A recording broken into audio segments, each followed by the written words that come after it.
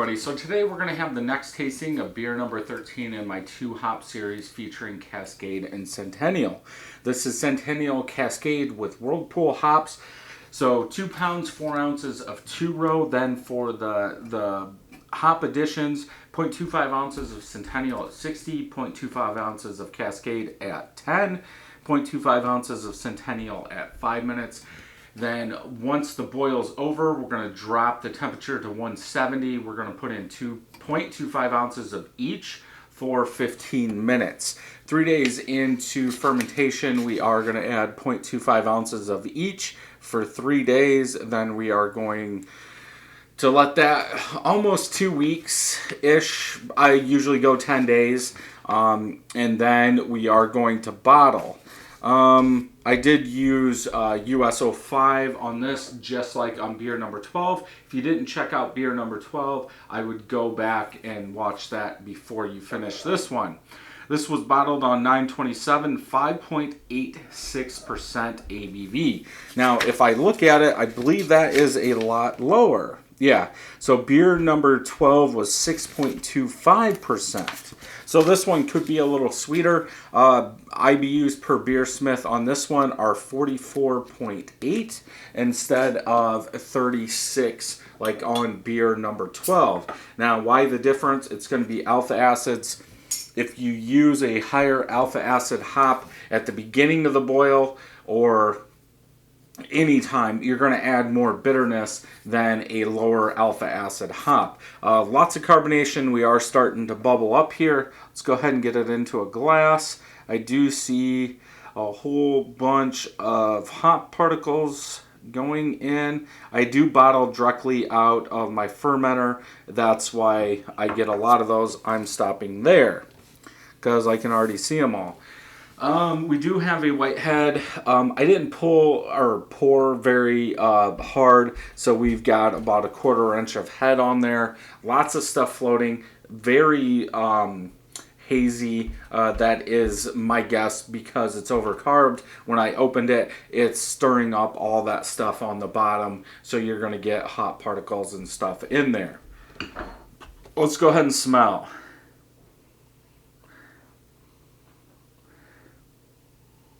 I do get more of a citrus, like a bready citrus out of this one. No floral, which kind of surprises me. But yeah, like a bready citrus. If you could make a citrus bread with citrus zest, lemon, lime, orange, that's probably what it would smell like. Yeah, smells good. That's about it. I really don't get that honey water in this one, so that's telling me, at least from all the hops we used, they are still carrying on. That breadiness is coming through. This I'm surprised we're not getting more sweetness.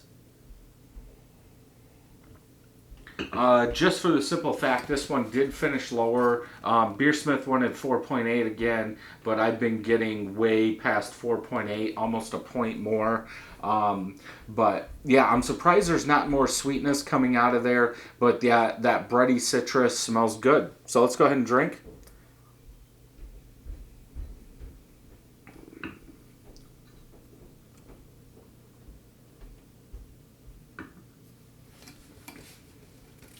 I get that bready citrus almost all the way through.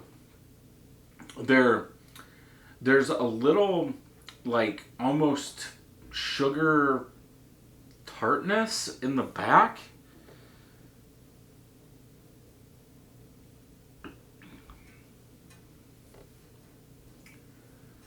Dankness, something, it's like I'm going to just throw everything together.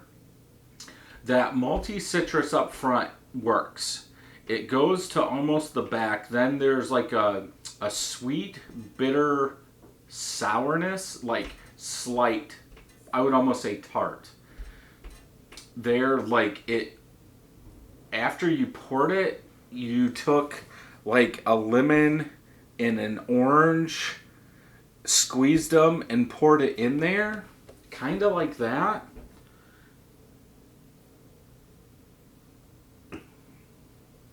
Yeah. See, now that tart sweetness is gone. The aftertaste, though, almost tastes like a wheat beer. So that would just tell me the ABV is lower, so the malt is going to come through more. That's just what I'm thinking. It's almost like if it wasn't fermented out, if you added too much grain, you would get that graininess quality. And because this isn't fermented out, you're getting more of that biscuit quality toasted bread in the aftertaste, is what I'm going to go with.